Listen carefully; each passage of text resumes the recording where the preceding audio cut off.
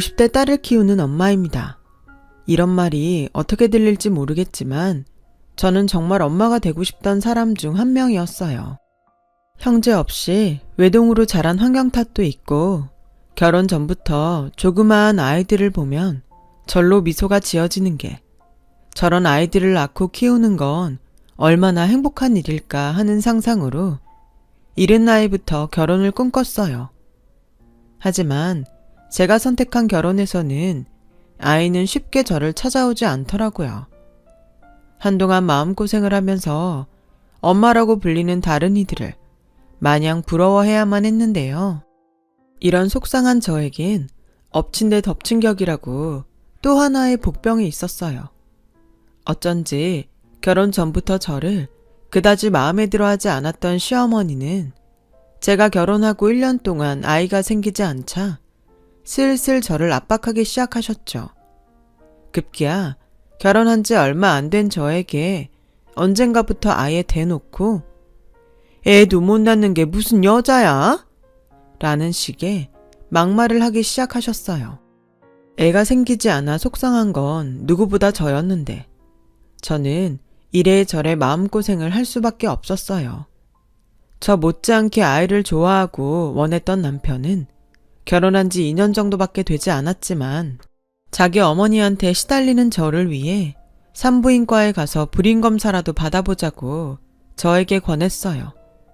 지금은 결혼 전에 산전검사라는 것을 하는 예비부부가 많다고 하던데 저 때는 결혼 전에 산부인과에 가면 속도 위반한 것이 아니냐는 오해를 받을 때라 여자가 임신도 하지 않았는데 산부인과에 간다는 것이 그리 내키는 일은 아니었어요. 하지만 누구보다 아이를 원했고 또 시어머니가 자꾸만 저에게 애도 못 낳는다고 뭐라고 하시니 정말로 내가 불임이기라도 한 건가 하는 불안한 생각에 남편의 손을 잡고 산부인과로 갔고 그곳에서 검사 결과에 놀라지 않을 수가 없었어요. 이런 말을 하게 되어서 유감입니다. 남편분께서 불임의 원인을 갖고 계세요. 무정자증이라고 채취한 정액에 정자가 없었어요. 혹시 모르니 오늘 한 번 더 채취를 해볼 건데 이런 경우는 생물학적으로 임신이 불가능할 수밖에 없습니다. 정자가 없다니. 많이 양보해서 원인을 알 수 없는 불임일 경우 불임 클리닉 같은 곳에 다닐 각오까지 되어 있던 저희 부부는 검사 결과에 한동안 아무 말도 하지 못했어요. 그리고 저도 저지만 남편은 처음 알게 된 자신의 몸 상태에 많이 놀란 듯 보였죠. 자기야, 괜찮아.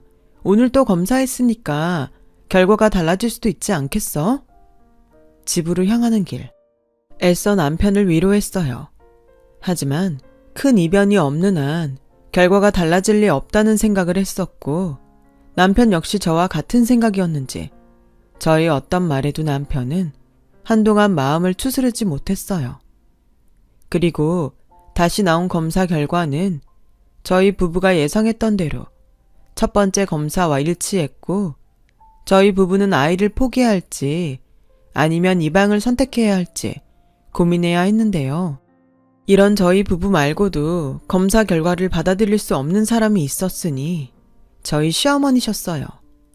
남편의 검사 결과를 듣고는 노발대발하시며 절대 당신 아들이 그럴 리가 없다고 저에게 화를 내셨죠. 제가 진단한 것도 아닌데 왜 저한테 화를 내시는지.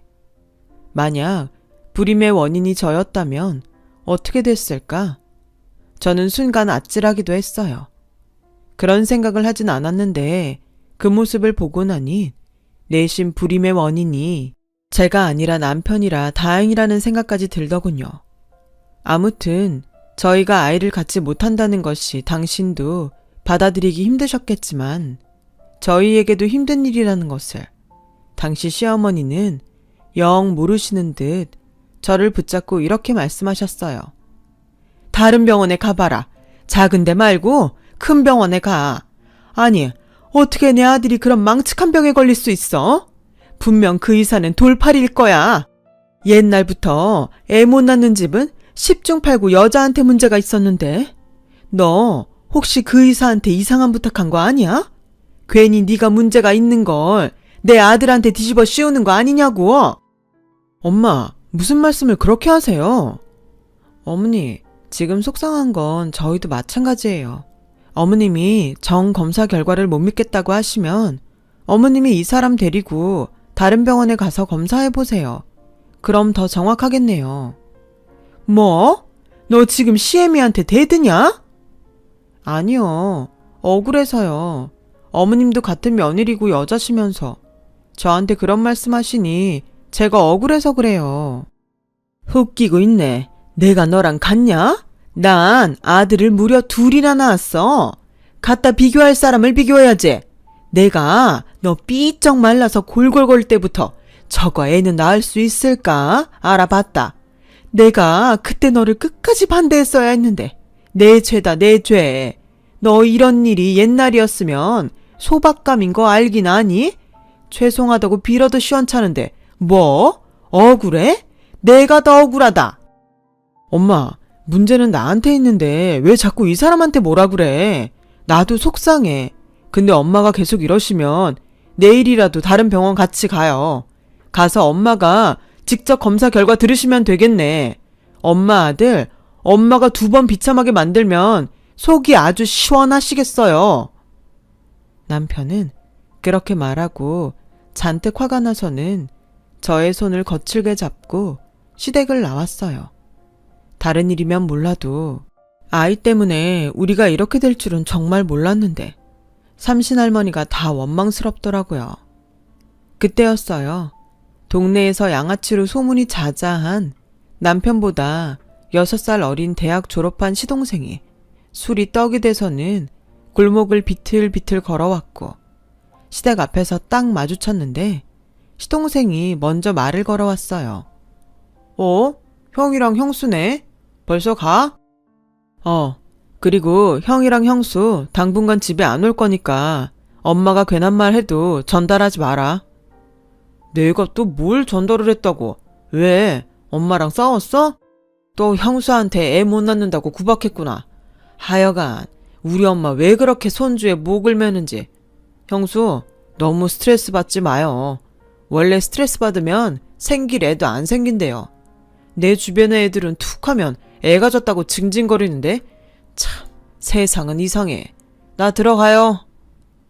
시동생은 그렇게 위로인지 뭔지 모를 가벼운 말을 하고 집 안으로 들어갔어요.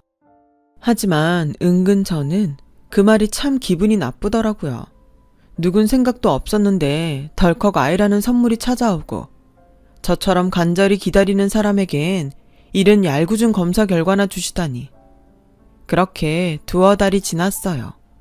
하지만 그러고 싶지 않은데 저희 부부는 예전처럼 아무렇지 않게 지내는 것이 조금 어색해졌고 저희 사이에 이상한 거리감이 생겨났는데 남편이 먼저 저에게 아이에 관한 이야기를 꺼냈어요. 미안해.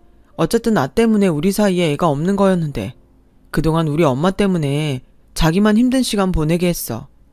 난 아이 없이 이대로 우리 둘만 살아도 좋고 아이 입양하는 것도 좋아. 난 무조건 당신이 하자는 대로 할 거니까 나 신경 쓰지 말고 우리 집 신경 쓰지 말고 당신 하고 싶은 대로 결정해. 에이, 그래도 아이 문제를 어떻게 나 혼자만 결정해. 그리고 자기가 일부러 그런 것도 아니고 그냥 우리한테 운이 없는 거지. 시간을 좀 갖고 차근차근 생각해보자. 혹시 알아? 자기 치료할 방법이 있을지. 그리고 물론 마음이 편하지는 않지만 그래도 당신 어머니도 우리 가족이니 뭘 결정하든 같이 결정해. 그렇게 말해줘서 고마워. 내가 자기한테 진짜 잘하고 살게. 우리 둘 다 너무 아이를 바래서였을까요? 남편과 이런 이야기를 나누는데도 저는 이상하게 마음이 답답하고 무거웠고 모든 사실을 안 친정 부모님은 그래도 남편이 착하고 성실한 사람이니 둘이 좋은 방법을 찾아보라고 하시며 당신들도 저희 부부의 결정에 무조건 찬성하겠다고 말씀하셨어요.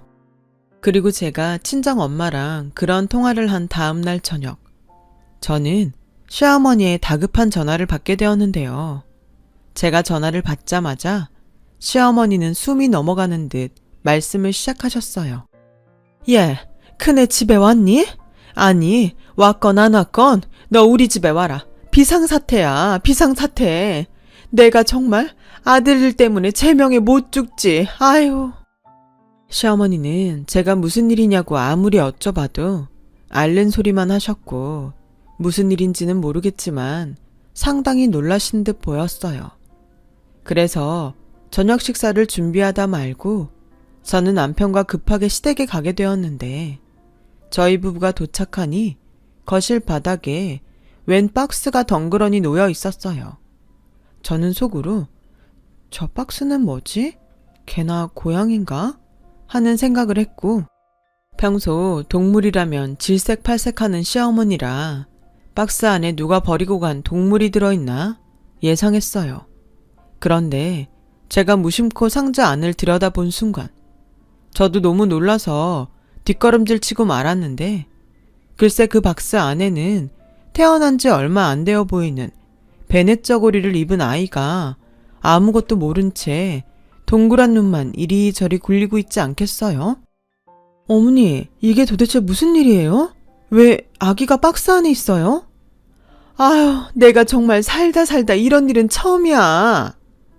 답답하니까 빨리 좀 말해봐. 요즘 같은 시대에 누가 아이를 집 앞에 버리고 간 거야? 차라리 그런 거면 내가 경찰에 신고를 하지. 너희를 오라고 했겠어? 글쎄, 이 자식이 작년에 어떤 지지배랑 놀아나다가 이렇게 됐단다. 뭐? 야, 박우식 설명해봐. 이게 무슨 소리야? 얘 네 애야? 아이씨, 다 듣고 뭘 더 설명하래. 아씨, 그때 분명 안전한 날이라고 했는데 지가 피임 안 해도 된다고 하더니 나도 억울해. 나도 피해자야. 피해자? 억울해? 이 미친놈아. 내가 그러길래 너 복학하기 전에 정신 차리라고 했지. 발정난 개새끼도 아니고 왜 이 여자 저 여자 찝쩍거리는데? 너 당장 애 엄마 데리고 와. 이러니 저러니 해도 결혼은 해야 할 거 아니야. 결혼은 무슨. 나 걔랑은 그냥 엔조이였어. 그리고 걔 하늘로 솟았는지 땅으로 꺼졌는지 연락도 안 돼. 이렇게 애를 버리고 가려니 나랑 결혼할 마음이 있겠어? 에휴, 그럼 너 혼자 장가도 가기 전에 애나 키울 거야? 엄마, 내가 어떻게 애를 키워? 엄마는 그게 가능할 것 같아? 그냥 엄마가 늦둥이라고 하고 호적에 올려서 엄마가 키워줘. 그냥 늦게 여동생 하나 생겼다고 생각할게. 이 미친놈? 내가 돌았어? 내가 사내놈이면 100번 양보해서 그렇다 쳐. 근데 얘는 아무짝에 쓸모없는 기집애잖아. 내가 왜 이런 걸 키워? 엄마 손녀잖아, 핏줄. 치라라고 자빠졌네. 애는 지가 싸질러서 태어나게 하고 왜 핏줄 타령을 해? 그때였어요. 집안이 소란스러워지자 방금까지도 얌전히 있던 아이는 소리를 빽 지르며 울기 시작했고 저는 저도 모르게 아이를 들어 조심스럽게 안고 달래기 시작하는데 시어머니가 저에게 대뜸 이런 말을 하셨어요. 아, 시끄러. 얘, 너는 이 상황을 어떻게 하면 좋겠니? 저요? 글쎄요. 저도 너무 경황이 없어서 그래도 일단은 도련님 애가 맞다면 애 엄마를 찾을 동안이라도 우리 쪽에서 맡아야 하지 않을까요? 언제까지? 그러다 제 엄마 영영 안 나타나면 그때 네가 책임질 거야? 그래, 형수. 형수 애 안 생긴다고 엄청 마음고생하잖아요. 이 애 형수 애라고 생각하고 키우면 어때요? 내 유전자면 형 유전자이기도 하잖아요. 야, 너 지금 그게 무슨 소리야? 왜? 영 모르는 입양하는 것보다 훨씬 낫지. 엄마, 안 그래? 뭐, 아주 이상한 말은 아니지. 기집애라 좀 그렇긴 한데 어쨌든 우리 집 핏줄이면. 엄마 답답한 건 알겠는데 그래도 우리 상식적으로 살자. 박우식 너 똑바로 들어. 얘 너 때문에 세상 빚본 아이야. 네가 준비가 됐건 안 됐건 너 때문에 태어난 아이라고. 네가 책임져.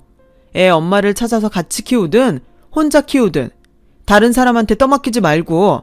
알겠어? 남편은 저에게 다가와 아이를 달라고 했어요. 하지만 저는 이상하게 품에서 아이를 떼어놓기 싫었고 마치 아이도 같은 마음이라고 저에게 신호를 보내는 건지 그 작고 고사리 같은 손으로 저의 검지를 아주 꽉 잡는데 저도 모르게 어떤 말이 입 밖으로 튀어나오고 말았죠. 그럼 얘 엄마 찾을 때까지 제가 돌볼게요. 자기야, 애는 잘못이 없잖아. 이대로 우리가 두고 가면 어떻게 될지도 모르고. 그래, 잘 생각했다. 난 니네들이 모른 척하면 그냥 보육원에 데려다 줄 심상이야. 우식이 너 불만 없지? 나야 없지. 생각도 안 하던 자식인데. 진짜 내 가족이지만 쪽팔리다. 어떻게 이 사람한테 애를 떠넘길 생각을 해? 처음부터 그러려고 우리 오라고 한 거지? 아니야. 그리고 싫으면 관두면 되잖아. 누가 강요했어? 그냥 그 애 팔자인 거야. 자기야, 우리가 하자. 나 이대로 가면 마음이 많이 불편할 것 같아. 그래도 괜찮아. 도련님이면 나한테는 조카잖아. 저는 그렇게 아이를 집으로 데리고 왔어요. 지금 생각해도 그땐 제정신이 아니었던 것 같아요. 물론 그 때문에 기적 같은 행복을 누리게 되었지만 그 당시에는 갑작스럽게 찾아온 생명에 정신이 하나도 없었어요. 그렇게 아이를 데리고 집으로 오는 길, 저희 집엔 육아용품이라고는 하나도 없기에 하는 수 없이 대형 마트에 들러서 당장 필요한 이것저것을 구입하는데 저희가 뭘 제대로 아나요. 직원에 묻고 친구에게 물으며 저희는 정말 한 보따리를 사들고 집으로 왔어요.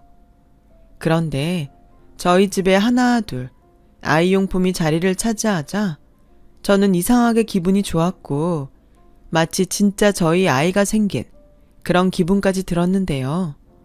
아무런 준비도 없이 또 아는 것도 없이 그날을 시작으로 쉽지 않은 육아에 들어가게 되었어요. 그렇게 한 달 남짓 서툴렀지만 아이를 돌봤고 그러면서 어쩔 수 없이 잠도 설치고 제대로 먹지도 못하자 남편이 먼저 이런 말을 했어요. 자기야, 자기 이러다 쓰러지겠다. 이만하면 됐으니까 다시 우리 집에 데리고 가자. 뭐? 안 돼. 그럼 어머님이 진짜로 보육원에 데리고 가면 어떡해. 나도 진짜 미치겠다. 애만 생각하면 당연히 그러면 안 되지. 근데 자기란 장인 장모님 생각하면 내가 죽일 놈이 되잖아. 아까 우식이랑 통화하니 애 엄마는 영영 나타날 기미도 없고 우식이 놈이 책임질 마음도 없고 그럼 얘를 언제까지 우리가 맡아? 자기야, 그럼 우리 이 애 우리 애로 호적에 올릴까? 어머니도 허락하실 것 같고 도련님도 뭐라고 하지 않을 것 같은데 나 솔직히 힘들긴 한데 얘 없으면 더 힘들 것 같아. 자기가 전에 내가 어떤 선택을 하든 괜찮다고 했잖아. 나 엄마가 되고 싶어. 뭐 어쨌든 자기네 핏줄이고. 자기야, 내가 원해서 그래. 얘가 이젠 제법 나랑 눈도 마주치고 옹알이도 하는데 너무 사랑스럽잖아. 아예 모르는 아이 입양하는 것보단 어쩜 산신할머니가 우리한테 이해를 보낸 게 아닌가 싶어. 저는 남편에게 간절히 부탁했어요. 하지만 남편은 뭐가 그리 내키지 않는지 오랜 시간 망설이더라고요. 이틀이 지나자 저의 선택을 따르겠다고 했어요. 그리고 저희 부부는 양가의 이 사실을 이야기하고 아이에겐 아영이라는 이름을 지어주었는데요. 시어머니는 마치 이렇게 될 줄 알았다는 듯 별다른 내색을 하지 않더니 어쩐지 저희 딸이 된 아영이를 영 예뻐해주지 않으셨어요.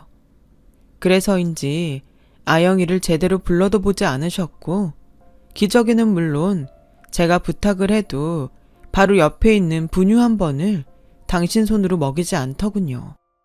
어머니, 그래도 아영이는 어머님 핏줄인데 좀 예뻐해 주세요. 아, 난 시끄러운 기집애는 딱 질색이야. 근데 걔가 그렇잖아. 너 이제 무슨 일 없으면 얘 데리고 우리 집에 오지 마라. 무슨 벌 받는 것도 아니고 난 이 애 얼굴 보는 게 아주 곤욕이야. 그래도 우식이도 그래.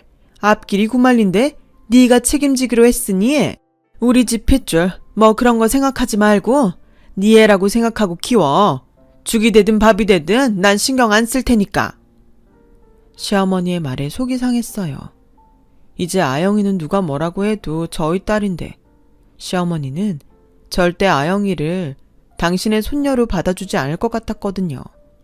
그리고 시동생도 제가 아이를 맡기로 하자 마치 정말 자기는 처음부터 아이가 없었다는 듯 아무렇지 않게 행동하면서 아영이한테 눈길조차 주지 않는데 이젠 저도 엄마라 그런지 그런 게 참을 수 없었어요. 그래서 점차 시댁에는 별일 없으면 발을 끊고 별다른 소식도 전하지 않으면서 어느 정도 거리를 두고 지내게 되었죠. 그렇게 5년이 지나고 아영이는 감사하게도 건강하고 야무진 아이로 자라났어요. 처음 아영이를 자식으로 받아들이는데 시간이 걸렸던 남편은 이젠 저보다 아영이의 일이라면 자다가도 벌떡 일어나는 딸바보가 되었고 저희는 누가 봐도 행복한 3인 가족이 되었어요. 그러는 사이 아영이의 진짜 아빠인 시동생은 대학을 졸업하고 취업활동에 들어갔지만 한 직장을 3개월도 다니지 못한다더군요. 여전히 집에서 용돈을 받으며 예전에 놀듯이 방탕한 생활을 이어갔는데 한 번은 무슨 바람인지 연락도 없이 저희 집에 찾아왔어요. 형수, 잘 지내셨어요? 네, 근데 연락도 없이 무슨 일로? 혹시 아영이 보고 싶어서 오셨어요? 저는 시동생이 아무리 방탕한 양아치여도 마음 한 부분엔 아이에 대한 미안함과 애틋함이 있을 줄 알았어요. 비록 시어머니 때문에 제대로 그 마음을 표현하지 못했지만 그럴 거라고 생각했었죠. 그런데 아니요, 다른 게 아니고 형 몰래 돈 좀 빌려줄 수 있으세요? 네? 얼마나요? 5천만 원이요. 제가 정말 급해서 그래요. 사실 창업을 준비하고 있었거든요. 근데 자금줄이 딱 막혀서 이것만 형수가 해결해주면 제가 평생 은인으로 여기고 제일 먼저 형수 돈 갚을게요. 도련님, 죄송해요. 그렇게 큰 돈이 저한테 있을 리가 없잖아요. 저는 직업도 없고 그냥 애 키우는 주부인데. 형수가 그냥 주부인가요? 친정에 돈 많잖아요. 부모님 임대업 하시고. 그러지 마시고 사돈어른에게 부탁 좀 해서 빌려주세요. 저 정말 그 돈 없으면 죽어요. 시동생은 사정사정을 했어요. 하지만 평소 어떻게 사는지 제가 아는데 그런 큰 돈이 있어도 빌려줄 수는 없었죠. 그래서 저는 거절을 했는데 시동생은 너무한다며 금세 태도를 바꿔 저에게 큰 소리를 치더군요. 애 없이 평생 우리 엄마한테 구박받을 거 제가 해결해드렸는데 정말 너무하네. 자식 얻은 값 치른다고 생각하면 그리 큰 돈도 아닐 텐데. 뭐예요? 아무리 생각 없이 사는 인생이라도 할 말이 있고 하면 안 되는 말이 있는 거예요. 딸 얻은 값이요. 오히려 도련님이 저한테 감사해야 하지 않나요? 그때였어요. 남편이 오후에 딸의 유치원에서 아빠의 날 행사가 있어 반차를 내고 이른 퇴근을 했는데 저와 시동생이 하는 말을 현관에서 모두 들었더라고요. 그래서 남편은 신발장에 넣어둔 장우산을 들고 들어와 시동생을 향해 당장 꺼지라고 소리를 지르며 우산을 휘둘렀고 시동생은 그 우산을 피하며 집 밖으로 도망치듯 뛰어나갔어요. 그리고 그날 저녁 시어머니가 전화를 하셔서 하시는 말이 지금도 너무나 기가 막혀서 생생하게 남아있는데요. 너도 참 사람이 못됐다. 하나밖에 없는 시동생이 그렇게 부탁을 하는데 매정하게 딱 잘라서 거절했다며? 이래서 있는 것들이 더하다고 하는 거야. 너 나중에 우리 우식이 성공하면 얼굴 어떻게 보려고 그러냐? 너 나중에 우리 애 성공하면 애 대신 키워줬다느니 그런 말 하지 마라. 내가 요즘 네 길을 많이 살려줬지. 애도 못 낳아서 남의 새끼나 얻어 키우는 게 너 두고 봐. 내가 아주 벼르고 있으니까. 저는 시어머니의 그 통화를 녹음해서 남편에게 들려줬어요. 그리고 남편에게 말했죠. 미안해, 여보. 근데 나는 이제 더 이상 당신 어머니와 가족으로 지낼 수는 없을 것 같아. 분명 나중엔 우리 아영이한테도 상처 주실 것 같고, 솔직히 처음엔 아예 남보다는 핏줄이니까 더 나을 거라고 생각했는데, 오늘 도련님 가시고 생각하니 친부가 가까이 있다는 게 무서워. 어머님도 그렇고 도련님이 아영이한테 먼저 말할 것 같아서. 미안해. 내가 진짜 당신한테 할 말이 없다. 솔직히 나도 당신처럼 우리 엄마랑 우식이가 언제 터질지 모르는 시한폭탄 같았어. 그래도 가족이라 선택을 못했는데 나 우리 집이랑 영 끊을게. 내가 지켜야 할 가족은 당신이랑 아영이야. 여보, 진짜 당신 그럴 수 있겠어? 천륜이라고 하잖아. 나랑 아영이도 천륜이야. 우리 아영이 키우면서 행복하게 살자. 내가 우리 가족 아무도 못 건드리게 지킬게. 사실 저는 남편에게 마음에는 없지만 이혼 이야기를 꺼내려 했어요. 그런데 남편이 먼저 자기 식구들과 연을 끊고 저와 저희 딸을 지키겠다고 말해주니 차마 이혼하자는 말은 못하겠더라고요. 그리고 되려 남편에게 미안하고 고마운 마음이 들었는데 남편은 다음날 혼자 시댁에 가서 저에게 이야기했듯 연을 끊자고 말을 했다고 하더군요. 그리고 혹시 자기가 없을 때 또 식구들이 들이닥칠 수 있으니 핸드폰 번호도 바꾸고 이사도 가자고 하는데 남편에겐 미안한 마음이 들었지만 저는 그제야 안심이 좀 되는 것 같았어요. 3개월이 지나갔고 저희 가족과 시댁 식구들은 더 이상 보는 일이 없어졌어요. 그래서 저는 명절에도 시어머니 생신에도 시댁에 가지 않아도 됐고 또 뭐라도 기분 상하게 하는 전화도 받지 않게 되었죠. 하지만 아주 아무렇지 않다고 하기는 좀 그런 게 묘한 찝찝한 마음 한구석에 남아 있었어요. 어쩌겠어요. 저도 저와 제 아이를 지켜야 하잖아요. 그래서 하루하루 구김살 없이 잘 커주는 딸아이를 보면 저는 엄마로서 마음 편히 행복을 누릴 수 있었어요. 그렇게 장장 20년을 시댁과 연을 끊고 살았고 딸은 그때까지도 출생의 비밀을 모른 채 저희 부부 품에서 착하고 성실하게 잘 자라주었는데요. 사실 제가 차마 남편에게는 아무 말도 하지 못했지만 내심 아주 조금 걱정했던 부분이 있었어요. 딸의 친부인 시동생의 그 양아치 기질이었죠. 또 어찌나 공부머리는 없는지 그 이름 없는 대학도 삼수 끝에 겨우 들어간 거라 혹여 딸이 시동생의 그런 부분을 닮았을까 걱정이 되었어요. 그런데 다행히 딸은 친부를 안 닮았는지 날라리 기질도 없고 또 공부머리도 좋아서 학교 다니는 내내 말썽 한번 부리지 않고 전교 5등 안에 항상 이름을 올리는 모범생으로 커주었죠. 게다가 리더십도 좋아서 초등학교에서 고등학교까지 반장은 물론이고 전교 회장까지 싹쓸이하는 그야말로 남들이 부러워하는 아이로 자라주었어요. 그래서 저는 남들의 부러움을 한 몸에 받으며 계속 아이가 승승장구해줄 거라고 믿었는데 고3 수능을 앞둔 어느 날 딸이 저희 부부에게 할 말이 있다고 하더니 아무도 생각하지 못한 말을 꺼내는 게 아니겠어요. 엄마, 아빠, 나 대학은 나중에 갈래. 뭐? 왜? 내신도 좋고 그동안 공부한 게 아깝잖아. 여보, 진정해봐. 아영이 말도 들어보자. 나 사실 공부는 하라고 하니까 열심히 했는데 대학에 가서 뭘 공부하고 싶은지 또 대학 졸업을 하면 뭐가 하고 싶은지 잘 모르겠어.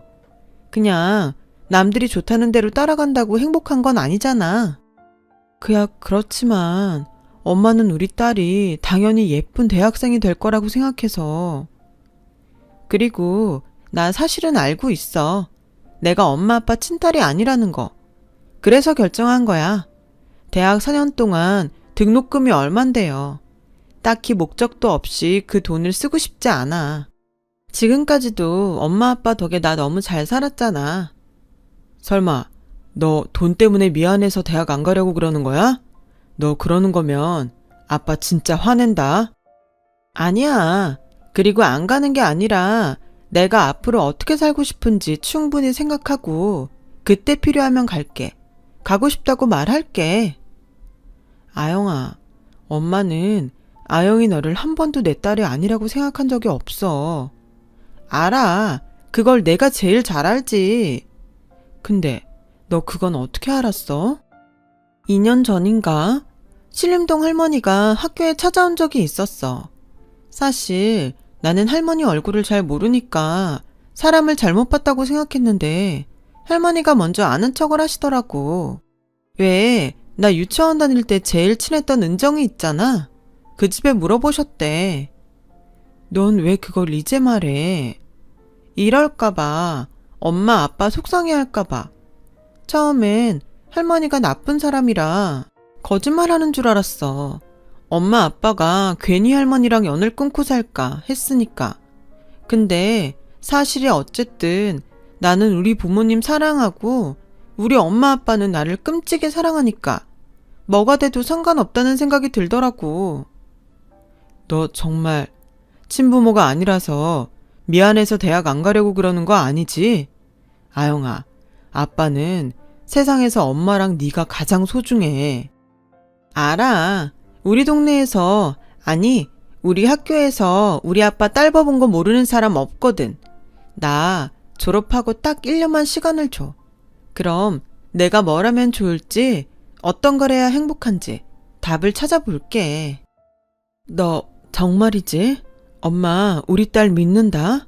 우리 달라지는 거 없는 거다? 당연하지. 저는 사실 이야기를 다 끝내놓고도 심장이 뛰어서 숨이 제대로 쉬어지지 않았어요. 시댁 식구 모르게 잘 숨어서 산다고 생각했는데, 그리고 2년이나 지난 지금까지도 아무런 연락이 없다는 게 이상하게 계속 찝찝했죠. 저는 남편에게 저의 마음을 이야기했어요. 그러자 나도 당신 생각이랑 똑같아. 그래서 내일이라도 한번 찾아가 볼까 하는데. 그럼 나랑 같이 가. 나도 가서 무슨 의도로 애한테 말한 건지 듣고 그리고 지금은 어떤 생각이신지 알고 싶어.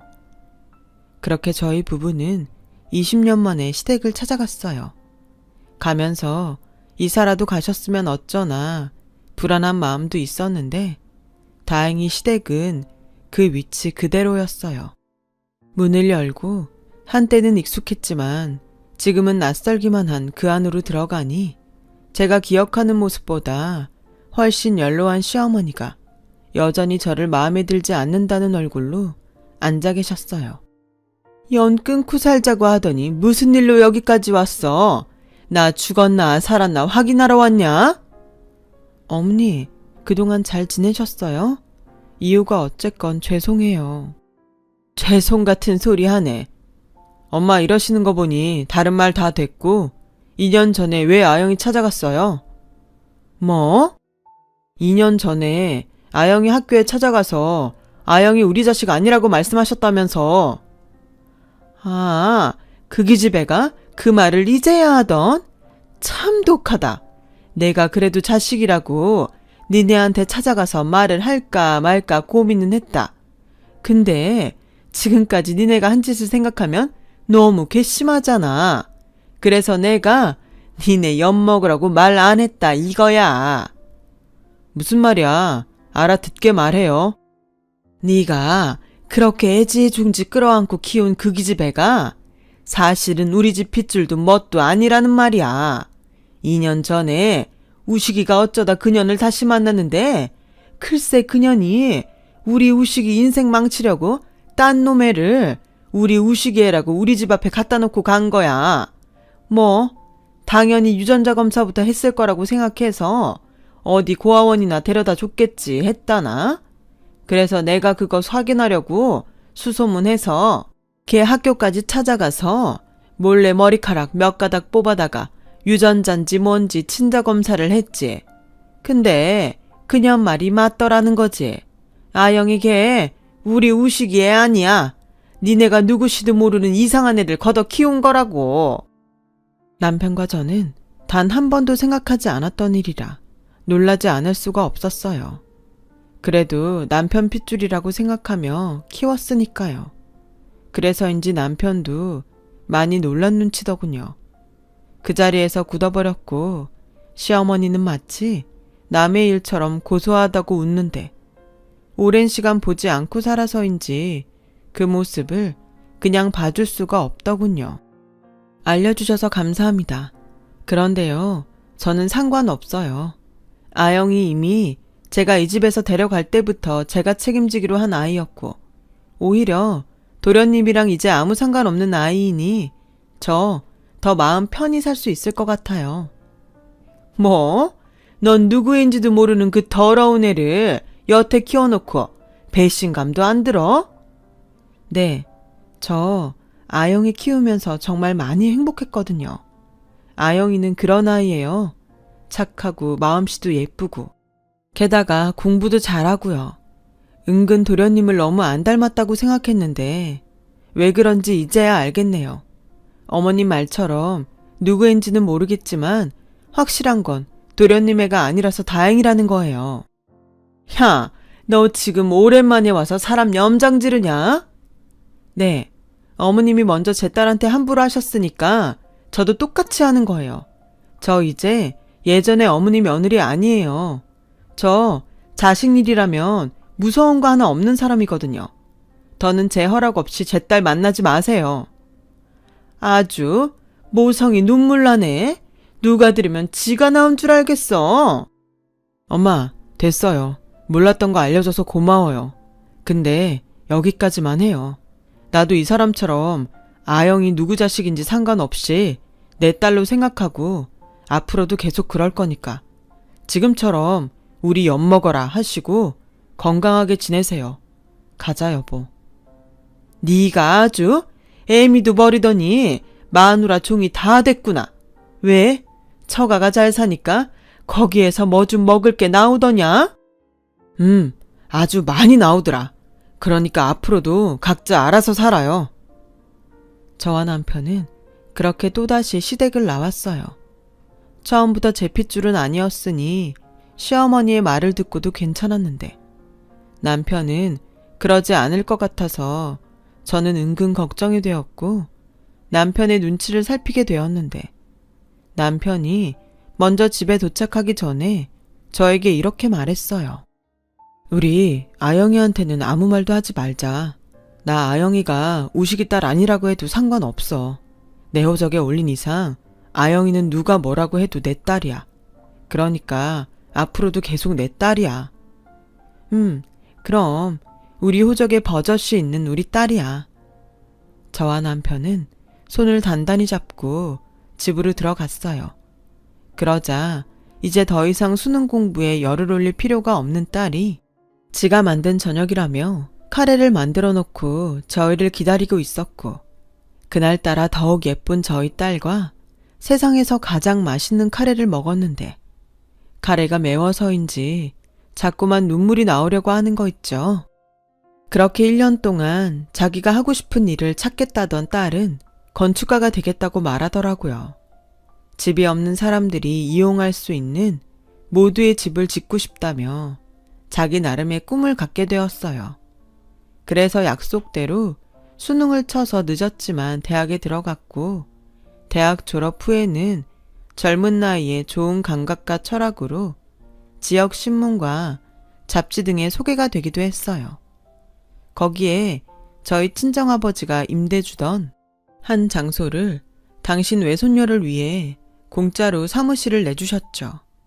딸은 의뢰를 받기도 했고 자기의 목표인 모두가 쉬어갈 수 있는 그런 집을 짓기 위해 구체적인 실현을 하고 있었죠. 그러던 중 저녁 시간이 다 되어서 뜻밖의 불청객이 저희 집에 들이닥쳤어요. 바로 시동생과 시어머니셨죠. 그리고 다짜고짜 이렇게 말씀하셨어요. 지금 생각해도 아주 기가 막히네요. 형수, 오랜만이에요. 내 딸 아영이 잘 있죠? 요즘 아주 잘 나가던데. 어째, 돈 좀 많이 벌어요? 아, 걔는 알고 있죠? 형이랑 형수가 친부모가 아니라는 거. 지금 뭐라는 거예요? 그리고 여긴 어떻게 알았어요? 다 아는 수가 있죠. 세상이 얼마나 좁은데. 아영이는요? 아직 집에 안 왔어요? 그때였어요. 늦었으면 참 좋았을 텐데. 그날따라 딸은 제가 좋아하는 치즈케이크를 사들고 이른 귀가를 했고 마주치지 않았음 하는 두 사람을 마주하게 되었죠. 아영아? 이야, 우리 딸 진짜 잘 컸네.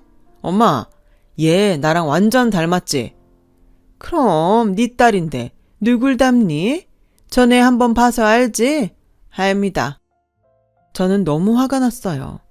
유전자 검사 어쩌고 하면서 누구 자식인지도 모르는 더러운 아이라고 하더니 무슨 꿍꿍이로 저러나. 당장이라도 큰 소리를 치고 싶었는데 딸이 모든 사실을 알까봐 저는 무서웠어요. 그런데요, 제 딸은 제가 걱정했던 것과 다르게 강한 아이였어요. 아, 그때도 잘 몰랐지만 지금도 잘 모르겠네요. 엄마, 이거 엄마가 좋아하는 케이크. 냉장고에 넣고 이따 아빠 오면 우리 같이 먹자. 그리고 나 피곤해서 그런데 내 방에 가서 쉬고 있을게. 이 잡상인 같은 사람들 가면 불러. 뭐? 잡상인? 얘, 너는 예의범절 뭐 그런 것도 모르니? 할미잖아. 네, 할머니. 누가 봐도 할머니시네요. 근데 주거 침입죄라는 게 있다는 건 알고 계신가요? 어머, 얘 좀 봐. 엄마, 참아. 얘가 아직 잘 몰라서 그래. 아영아, 내가 네 친아빠야. 많이 놀랐지? 아니요. 제가 왜요? 아, 그래? 아, 우리 딸이 아빠가 언제고 찾아올 거라는 걸 알았구나? 우리 이제 같이 살자. 아빠가 그동안은 사정이 있었어. 그래서 삼촌하고 외숙모한테 너를 잠시 맡겼는데. 맡겨요? 지금 내 나이가 몇인데. 그리고요, 저 바보 아니거든요? 아빠? 할머니? 이것 보세요. 저 댁들하고 아무 상관없는 사람이라는 거 저 진작부터 알았어요. 그때 할머니 오셔서 제 머리카락 슬쩍 뽑아가셨죠? 그래서 저도 혹시 몰라서 다 검사해봤어요. 저랑 아빠랑 생물학적으로 일치하는 게 없더라고요. 그래도 저는 상관없어요. 엄마 아빠가 사랑으로 키워주셨으니까. 그런데요, 그쪽은 뭐죠? 생물학적으로도 남이고 절 키우지도 않았는데 뭘 우기는 거예요? 그래, 네가 이미 다 안다니 어쩔 수 없다. 그럼 내가 네 아빠 동생이니까 법적으로 삼촌이다. 이건 맞지? 그러니까 툭 까놓고 삼촌한테 돈 좀 빌려줘. 그래, 가족이니까 좋게 좋게 네가 좀 도와줘라. 그때였어요.